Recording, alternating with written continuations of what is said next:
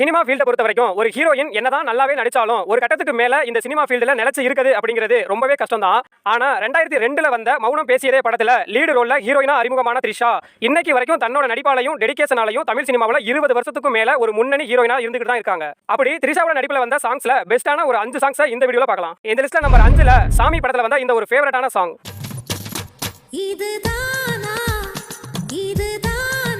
Number 4ல 6 படத்துல வந்த இந்த ஒரு சூப்பரான சாங்.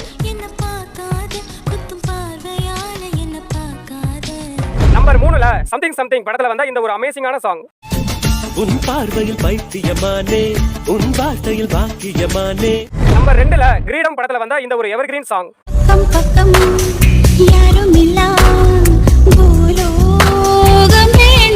ஃபைனலி நம்பர் 1ல கில்லி படத்துல வந்த இந்த ஒரு ஆல் டைம் ஃபேவரட் சாங்.